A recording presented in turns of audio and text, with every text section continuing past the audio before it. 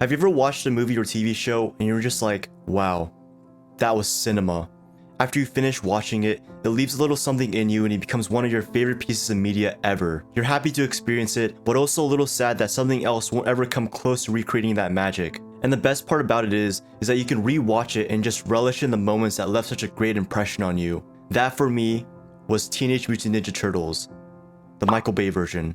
Okay, maybe what I said at the start was a bit hyperbolic, but I still do like that movie. I know that shit was fat garbage, but I still enjoyed watching it because of how funny it is. I mean, come on, the movie is iconic. Look at the freaking turtles. Why do they look like that? This is the only adaptation where I truly believe they live in the sewers because they are wearing trash. They look like bums. My favorite part in the movie was when the turtles are getting reprimanded by Master Splinter. They get caught sneaking out, and in order to coax the turtles to admit what they did, Splinter brings out their one weakness: pizza. But he doesn't just get any New York pizza. He gets Pizza Hut? What the hell? How fat was that sponsor check?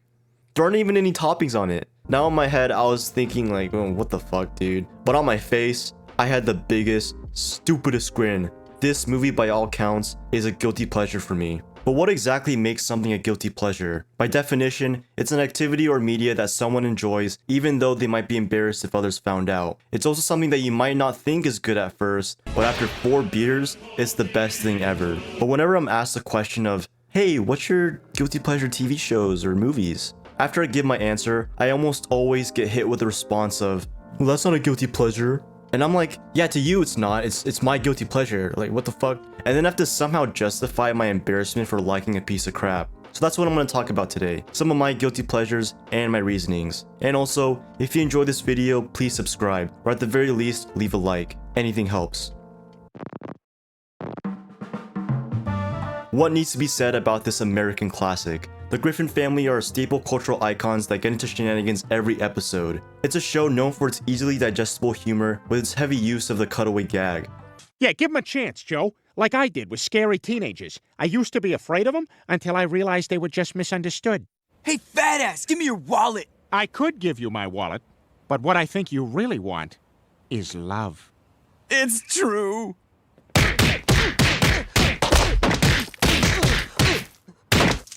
I'm taking your shoes. But it's also a show that many people like to shit on for being trash, and rightfully so. Oftentimes, the plot of each episode is half-assed with a constant formula, the jokes usually fall flat, and the animation is very stiff and simple. I know all these flaws, and yet I am there almost every single episode. I gain nothing from consuming it, and I don't even laugh most of the time. And yet, I'm still invested every single episode. I know all the lore, I made a shitty horror short film about it, I even visited a Family Guy themed bar in Japan. I watched this show since I was 5, and I became very attached to the characters despite how much they changed over time. I also find comfort in watching a show I have zero expectations for. Sometimes they surprise me, but most of the time they live up to the standard I expect from them, which is nothing. Now let's take a turn into the edgy 2000s period with Twilight, an angsty romance movie about 100-year-old vampires and 17-year-old girls. It stars Kristen Stewart as Bella, a loner high schooler who moved to a small town to live with her dad. It also stars the GOAT, Robert Pattinson, as Edward, a 100-year-old vampire that weirdly still attends high school for some reason. I was always turned off by this movie back then because its target audience was for girls and their gay best friends, and I was just an insecure little boy. Plus, seeing all the memes making fun of it during its popularity didn't help either. But then I learned about a retelling of the story where the gender roles are reversed, where instead of a guy vampire, it's a 100-year-old vampire lady. That simple change rewired my entire brain chemistry, and I have now seen the sparkly light. So I drank my 4 beers and I watched it on a Wednesday night. And you know what? I really liked it. The premise is still dumb when you start to question it, and it is campy as hell, but I had a great time. If you don't take it seriously, it's pretty funny. The baseball scene especially might be one of the greatest things I've ever seen, and I had the biggest, dumbest fucking smile on my face when I watched it. Also, everyone in this movie is insanely attractive. Like goddamn. Wow, you have so much music. What are you listening to? But where are those good old-fashioned values on which we used to rely?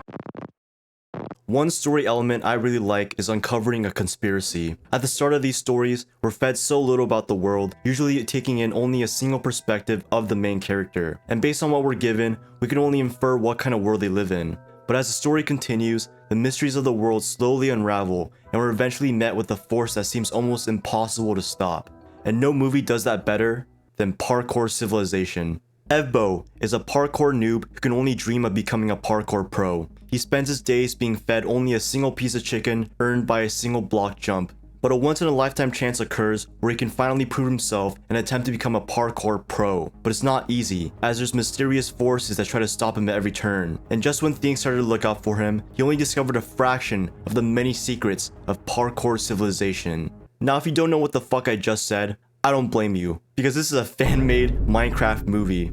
Now, as a distinguished movie guy, I am passionately talking about a brain rot Minecraft movie. If you were to tell me to watch a Minecraft-based movie, I would have laughed in your face. But if you were to tell me that this movie has themes of class oppression and secret government plots, I still would have laughed, but I'd watch it. And thank God that I did, because man, this shit is peak. Its setting and story are very competently written, with the rules of the world abiding by Minecraft parkour. The currency is parkour. Battles are done in parkour. Hell, even the alphabet is written in parkour. The world building is legitimately impressive, and the story plays out similar to how a shonen anime does. I was 100% invested in uncovering the secrets of this Minecraft world. I hit this pose damn near 3 times when I watched it.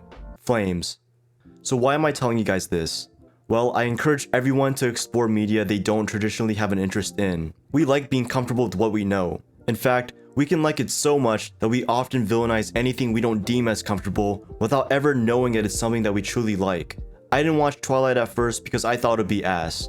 It still is ass, but I had a lot of fun with it. So put down your ego and go explore. That can be applied to media and life as well. Now, of course, I have guiltier pleasures, but maybe that's for another time. Anyways, thank you guys so much for watching, and please subscribe. Peace.